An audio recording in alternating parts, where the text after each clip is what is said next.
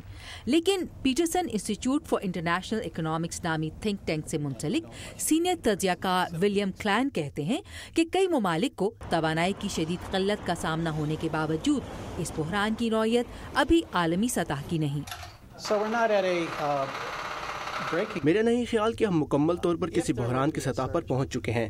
ہاں، اگر تیل کی قیمت $150 سے $200 فی بیرل ہو جاتی ہے تو پھر کہانی مختلف ہوگی اور عالمی بحران پیدا ہو سکتا ہے.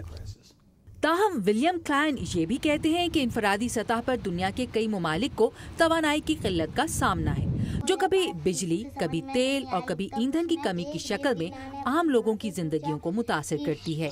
ماہرین کی اکثریت اس بات سے متفق ہے کہ توانائی کی کمی کے مسئلے کی بڑی وجہ دنیا کا تیل پر حد سے زیادہ انحصار ہے.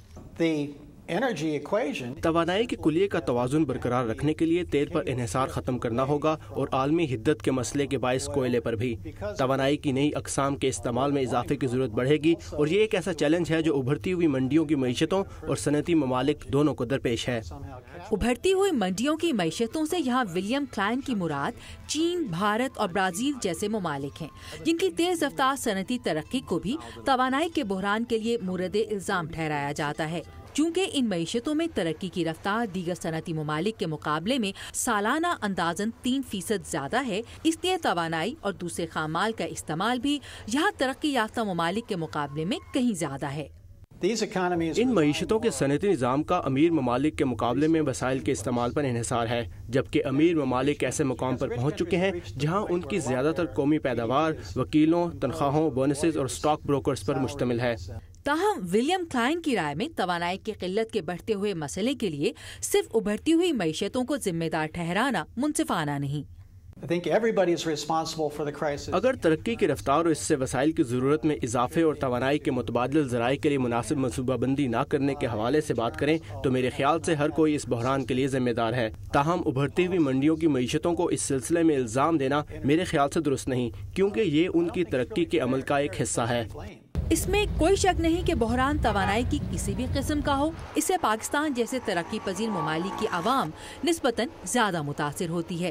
سوال یہ پیدا ہوتا ہے کہ اس کا حل کیا ہو. میری رائے میں اس کا حل بین الاقوامی سطح پر ہنگامی صورتحال کے لیے تیل کے ذخائر میں اضافہ کرنا، طویل مدت کے لیے تیل کی ایک زیادہ پرکشش اور مستحکم قیمت برقرار رکھنا اور کاربن سے پاک توانائی کی اقسام کے استعمال کی حوصلہ افزائی کرنا ہے. عالمی حدت میں اضافہ توانائی کی قلت کے مسئلے کی شدت میں مزید اضافہ کر رہا ہے. گزشتہ کچھ عرصے سے بھارت اور چین سمیت کچھ ممالک میں توانائی کے متبادل ذرائع کی تلاش اور ان کا استعمال بڑھانے کی کوششوں میں اضافہ دیکھنے میں آ رہا ہے.